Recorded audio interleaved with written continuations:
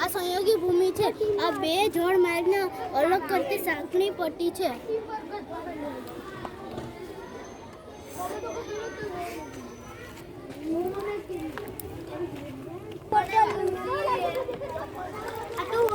જે વિસ્તારની ત્રણે બાજુ સમુદ્ર હોય ને એક બાજુ વિસ્તાર હોય, જમીન હોય, તેને દ્વીપકલ્પ કહે છે. ઉદાહરણ તરીકે સૌરાષ્ટ્ર અને દક્ષિણ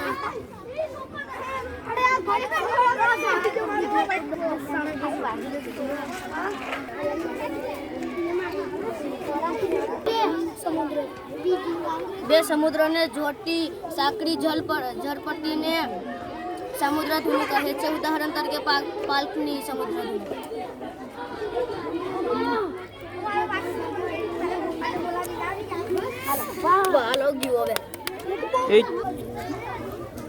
ભૂમિનો લંબાત્મક છેડો જે જળમાં ફેલાયેલો હોય તેને ભૂશિર કહે છે. ઉદાહરણ તરીકે કન્યાકુમારી.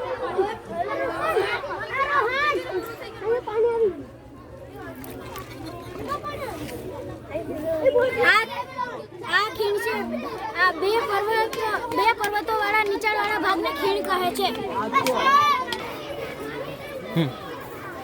ટાપુ જે જમીનની ચારે બાજુ પાણી આવેલું હોય તેને ટાપુ કહે છે. ઉદાહરણ તરીકે લક્ષદ્વીપ.